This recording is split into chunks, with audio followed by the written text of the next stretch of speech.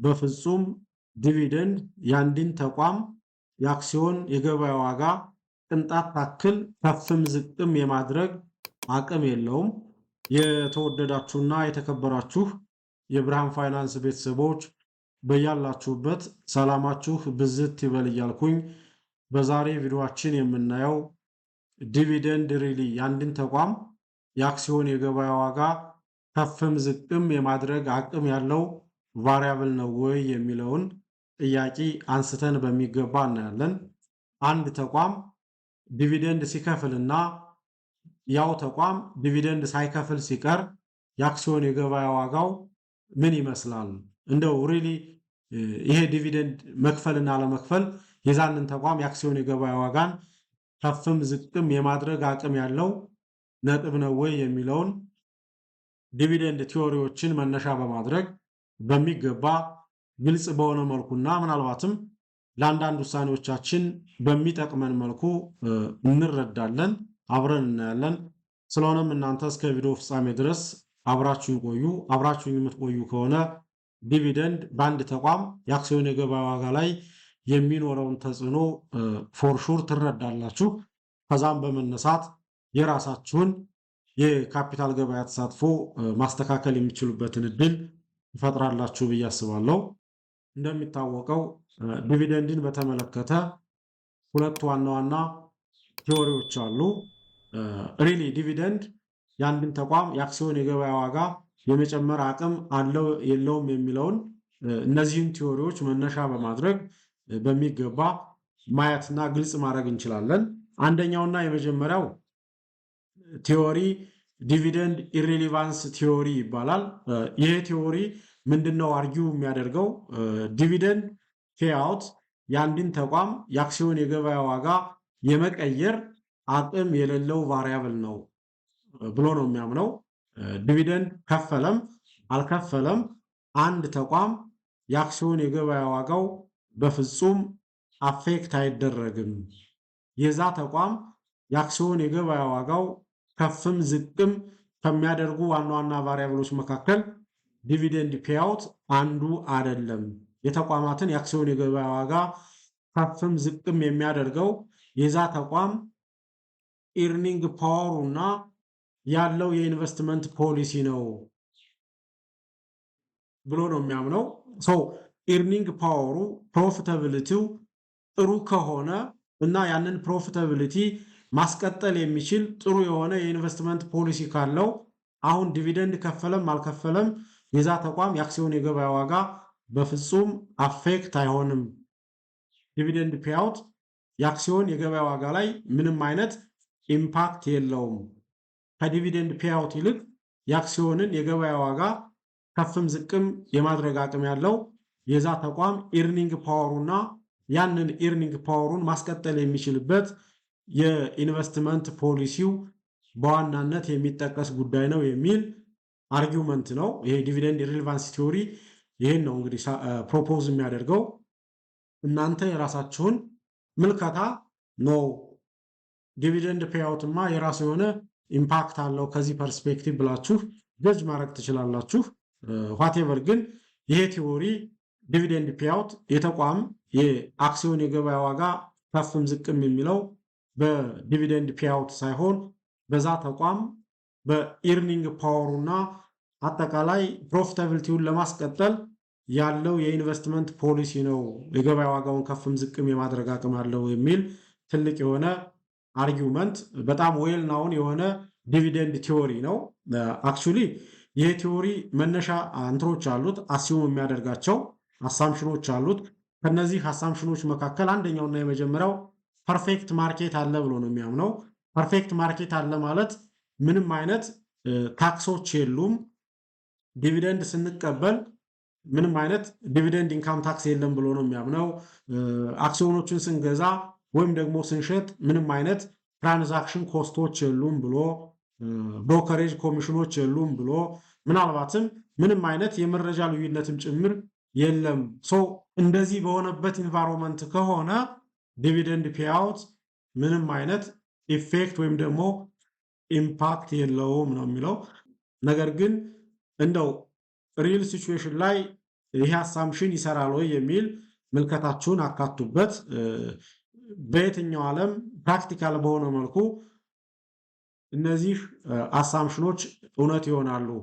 እነዚህን ስናስባቸው ከዚህ ፐርስፔክቲቭ ምንድነው ዲቪደንድ ኢሪሌቫንስ ቲዮሪ ያለን ትክክል ነው ወይስ አይደለም የሚል የራሳችሁን ግምገማ ውሰዱ።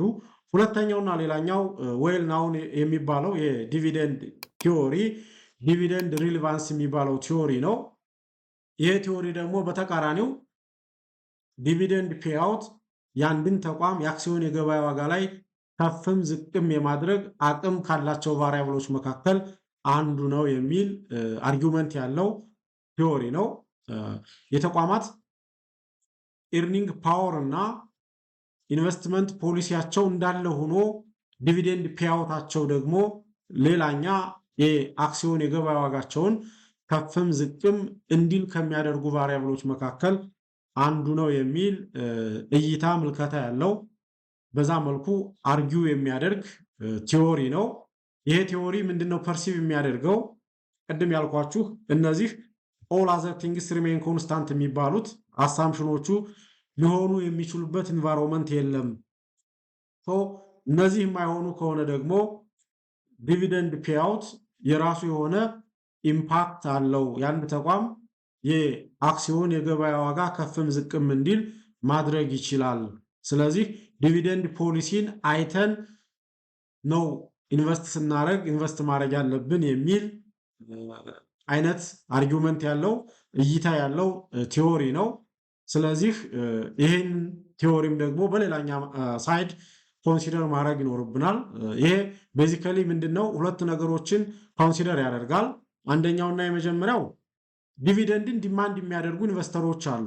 ኢንቨስት ያደረጉበት ተቋም በየዓመቱ ዲቪደንድ እንዲከፍላቸው የሚፈልጉ ሰዎች አሉ። እነዚህ ኢንቨስተሮች ዲቪደንድ የሚከፍልን ተቋም አክሲዮን ለመግዛት ሃይሊ ዲማንድድ ናቸው። በተቃራኒው ደግሞ ሎንግ ተርም ኢንቨስትመንት ኦብጀክቲቭ ያላቸው ኢንቨስተሮች ደግሞ ኢንቨስት የሚያደርጉበት ተቋም ዲቪደንድ እንዲከፍላቸው ሳይሆን የሚገኘውን ትርፍ ሪኢንቨስት እንዲያደርግና በዛ መልኩ ካፒታላቸውን እንዲያሳድግላቸው የሚፈልጉ ደግሞ ሌሎች ኢንቨስተሮች ይኖራሉ።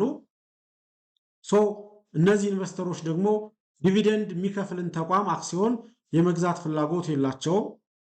ያ ማለት በሁለቱም ኬዝ ዲቪደንድ ሪሌቫንስ ቲዮሪ የሰዎችን የአክሲዮን ግዢ ፍላጎት አፌክት አደረገ ማለት ነው። በዚህም የተቋማት የአክሲዮን የገበያ ዋጋ ከፍም ዝቅም የሚልበት ኢንቫይሮንመንት ያለ መሆኑን መረዳት መቻል አለብን። እዚህ ላይ በደንብ አንደርስታንድ እንድታደርጉት የሚፈለገው ነገር ኦልዌይስ ዲቪደንድ የሚከፍሉ ተቋማት የአክሲዮን የገበያ ዋጋቸው ዲማንድድ ይሆናል ብሎ ማሰብ አይቻልም። ቢኮዝ ዲቪደንድ የሚከፍሉ ተቋማትን የማይፈልጉ ኢንቨስተሮች ደግሞ ይኖራሉ። በዛ አማካኝነት ዲቪደንድ የሚፈልጉ ኢንቨስተሮች ዲቪደንድ የሚከፍሉ ተቋማትን አክሲዮኖች ለመግዛት ጥረት ያደርጋሉ። አሁናዊ ዲቪደንድ የማይፈልጉ ሎንግ ተርም ኢንቨስትመንት ኦብጀክቲቭ ያላቸው ኢንቨስተሮች ደግሞ አሁን ላይ ዲቪደንድ የሚከፍሉ ተቋማትን አክሲዮኖች መግዛት አይፈልጉም። ሪኢንቨስት ማድረግ የሚፈልጉ ተቋማትን አክሲዮኖች ደግሞ የመግዛት ፍላጎታቸው ይጨምራል ማለት ነው። ያም ይሁን ይህ ግን የተቋማት የዲቪደንድ ፖሊሲያቸው ዲቪደንድ ፔአውታቸው የአክሲዮን የገበያ ዋጋ ላይ የራሱ የሆነ ተጽዕኖ አለው ብሎ የሚያምን ዲቪደንድ ቲዮሪ ምን ተብሎ ይጠራል? ዲቪደንድ ሪሌቫንስ ቲዮሪ ነው ማለት ነው። ስለዚህ እነዚህን ሁለት ዋና ዋና የዲቪደንድ ቲዮሪዎች መነሻ በማድረግ እናንተ የራሳችሁን የኢንቨስትመንት ውሳኔ መወሰን በእጅጉ የሚመከር እጅግ ጠቃሚ የሚባል ጉዳይ ነው። እዚህ በፊትም ለመናገር ሞክሬያለሁ።